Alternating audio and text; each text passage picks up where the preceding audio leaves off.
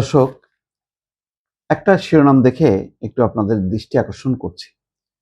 পুরনো ধারায় দলের অনুগত শিক্ষকদের উপাচার্য নিয়োগ, মানে ভিসি নিয়োগ দেওয়া হয়েছে দেশের 7টা বিশ্ববিদ্যালয়।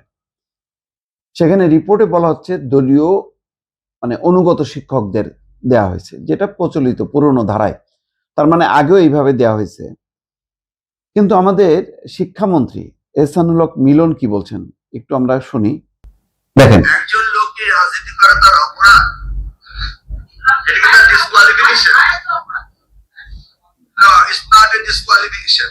আমি তাদের ক্রেডেনশিয়াল চেক করেছি, করে তার সাইটেশন, কোটেশন, তার গুগল সার্চ, তার পিএইচডি, পোস্টডক, এমফিল সবগুলিকে ক্যাটাগরি করে সেই হাইস্ট পারফর্মারকে আমি বিশ্ববিদ্যালয়ে অনুযায়ী দিয়েছি। আপনারা এখন আপনি চাইলে আমি দেখাতে পারবো, আমার সেই ওয়ার্কশিট রয়েছে। আমি নিয়ে আসলে আমার ফাইলটা বাইসাইকে দিয়েছি, ইন দ্য হাইস্ট পারফর্ম এবং দ্য যাক, এখানে এহসানুল হক মিলন বলছেন যে না, দলীয় আনুগত্যের ভিত্তিতে না, তিনি দিয়েছেন একেবারে যোগ্যতার বিবেচনায়।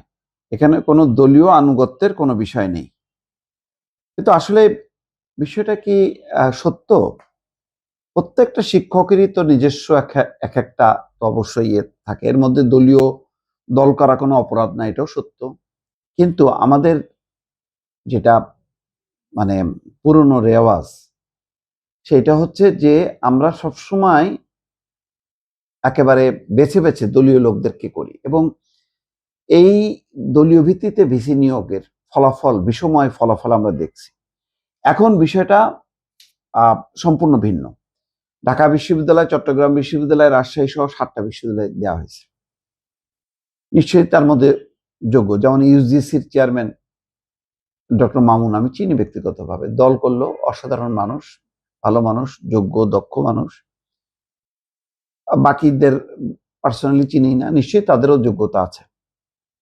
কিন্তু দলের বাইরেও কিছু বিবেচনা, যাদেরকে বলা যাবে না যে তারা দল, যেমন চট্টগ্রামে ছিলেন ইয়াহিয়া, উনি কিন্তু একজন অত্যন্ত মানে অন্তর্বর্তী সরকার নিয়োগ দিয়েছিল ইয়াহিয়া তাকে।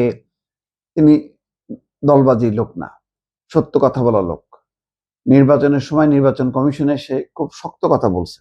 তো আমাদের দরকার ছিল কিছু একটু মিক্সড করলে ভালো হতো, মানে দলের মধ্যে যেগুলি যোগ্য আছে তাদেরকে দেয়া, আবার দলের বাইরেও যোগ্য মানুষগুলোকে নিয়ে আসার দরকার ছিল।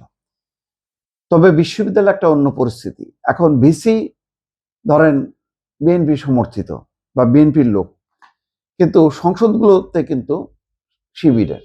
এর অর্থ হলো একটা কিন্তু দ্বন্দ্ব সংঘাত লেগে থাকবে।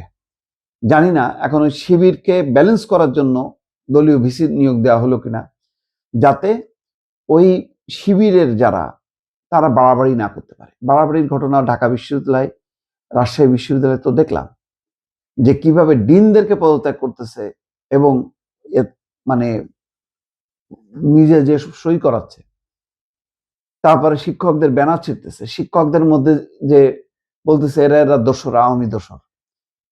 এই ধরনের তো বেয়াদবি কর্মকাণ্ড দেখলাম এই নির্বাচিত শিবিরের যে সমস্ত প্যানেলের যারা হয়েছে। আম্মার না কি নাম, রাজশাহী বিশ্ববিদ্যালয়। তারপরে এখন এইটাকে দলীয় ভিসি, অন্যদিকে নির্বাচিত সংসদে শিবির, এই কম্বিনেশনটা যদি ঠিক মতন কাজ না করে, ব্যালেন্স করে যদি শিবিরকে নিয়ন্ত্রণ করা না যায়, আর শিবির যদি নিজের থেকে দলীয় কর্মকাণ্ড বাদ দিয়ে যদি ছাত্র কল্যাণে কাজ না করে, তাহলে কিন্তু সংঘাত অনিবার্য। সব মিলায় শিক্ষার পরিবেশটা আগে এক ধরনের ছিল, এক ধরনের একচেটিয়া অবস্থা ছিল, সেটাও খারাপ। আবার এখন যে অবস্থাটা আসলো, সেই অবস্থায় শিবির বাড়তি সুবিধা পাবে না প্রশাসনের কাছ থেকে, কিন্তু বাড়তি সুবিধা নেওয়ার জন্য যদি একটা সংঘাতময় পরিস্থিতি তৈরি করে, সেটা কেমন হবে? আবার দলীয় শিক্ষক ভিসি নিয়োগ দেওয়াতে আপামর যেই শিক্ষক শিক্ষার্থী, তাদের মধ্যে প্রতিক্রিয়াটা কেমন হবে? অনেকগুলো চিন্তা ভাবনা দরকার।